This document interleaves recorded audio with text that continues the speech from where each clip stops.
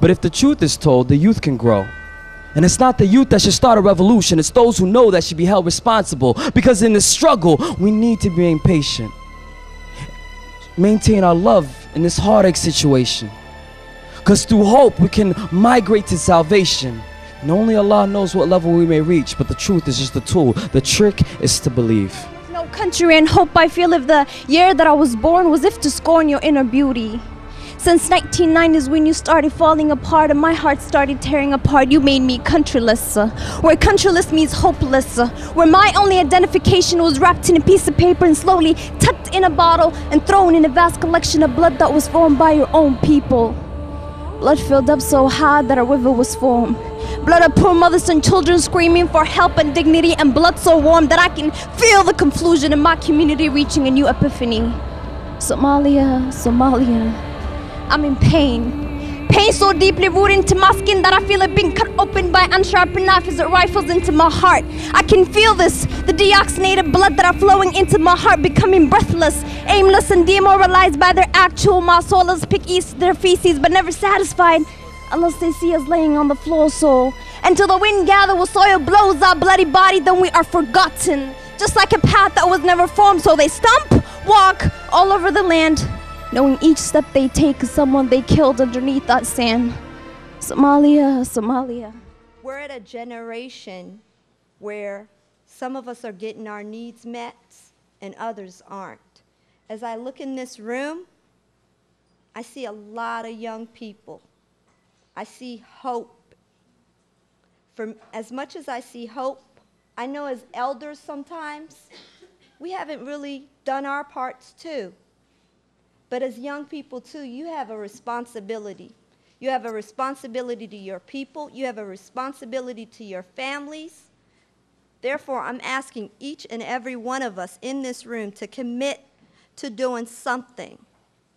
Whether it's in the school system, it's in the prison system, or it's within your own families, we need to do it. We need to do it because we have lost not only people back home, but as we stand here, we're losing people. So please never, ever forget any of our brothers, not only there, but here. Because the truth of the matter is, if we don't do the work here, we can't do the work there. One thing that we've been good at in Seattle is really trying our level best to understand the needs of back home. Operation Restoring Back Our Home is getting professionals and people who are already committing to doing the work to go back. It's important that we go back. Each and every one of us has a vacation. We need to take some of our vacation and give back to the brothers and sisters that haven't had the fortune of coming to the West, of coming to the diaspora, of getting the opportunities that we've had. That's really honest to God it comes down to. Because the truth of the matter is, not only did we lose a generation, we've came out of something. I think many people really truly don't remember the history of our people. You know, for example, a Marahan Somali would tell me something about a particular thing that happened. And then an Abgal Somali would tell me about the same event, and you know, you wouldn't recognize it was the same story because they each saw it from their perspectives. So both the Marahan and the Abgal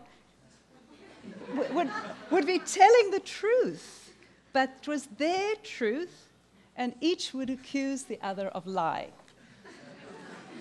So, but now it wasn't a surprise to me to hear contradictory stories because I spent my childhood in South Africa in the early years of the apartheid era.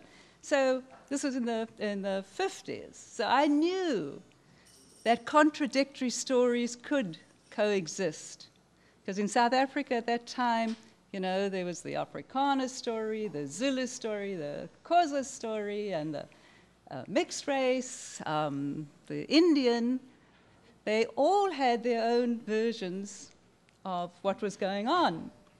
But I also knew from my South African experience that whoever was in control of the government had the power to suppress everybody else's story and to valorize his people's own story. And also to have that story go into the textbooks so that the children growing up would only learn that one story. So first and foremost, I would like to thank the people that came out, and as well as the speakers, the performers, also the sponsors, which are Crescent Food, East African Community Service, and SSA UW. Secondly, I would like to thank the live stream audience as well. We're being watched online. But, hello, okay, I'm there. So, like, as everyone say, the panelists, the speakers, the poet, by the way, mashallah, you guys are great. This is our project. And when I say our project, I mean the Somali's people. We can't wait for the United Nations or other aid to actually help us out. It's our time to make a difference. And I believe each of us can make this difference. But how can we make that difference? Are we gonna just sit back and say, okay, I went to a great event, I saw a couple of beautiful people, but that was all? No, no, no, no. We want each of you guys to be part of this movement, whether it is through writing a check, that's lovely always, but we want you guys to be part of the movement, going back as a volunteer, or telling your workers what WSSP is about, you know? So, and basically we would like to thank the UK team, Mohammed Gaal, Qasim, either will say the rest. I'm talking about myself here. So like she said, we'd like to thank Mohammed Gaal, Qasim Ali, Marian Yusuf, Sharmake, Dr. Sharmake, Hamza also, and then Dr. Abdulqani for helping us every step of the way. Also, our volunteers for tonight, I know like me and Amran's mom helped us with cooking, and Selma and Nora helped, and Asma and Ruwaida. Everyone did their part. Thank you, Runta, for Mohammed Yusuf for coming out and putting us in his newspaper. Also, all our sponsors. Hamdi was also great. Buy her t-shirts. The cameraman up. There's so many people that helped us out tonight. I would just like to give you guys a big thank you. And inshallah, like, I hope you guys follow them on LinkedIn, Twitter, Facebook, the whole 9 yards, watch their YouTube videos, and just educate yourselves more on worldwide Somali students. One more thing. This is what I had to, when you guys were growing up, you've always heard this, school ka aad, shaqayso, dun Muslim ad. I'm pretty sure you guys all heard of that. But like, to me, growing up was weird, because I'm like, dun Muslim ad, okay. I'm like, Saudi Arabia, but I'm like, oh my God, I can't drive there. Then I'm just like, you know, but I'm like, dul Somali, like, I've not heard so far. Warshaqaysta, wahsubsada, dulkina dista, you know?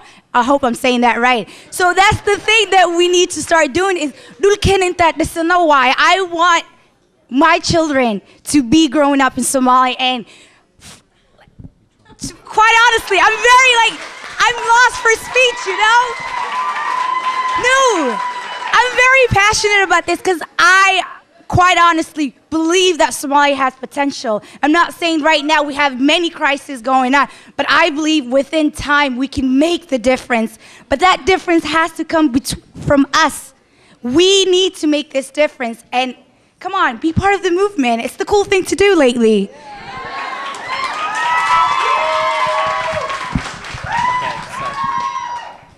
I just want to say thank you to everyone for coming out again.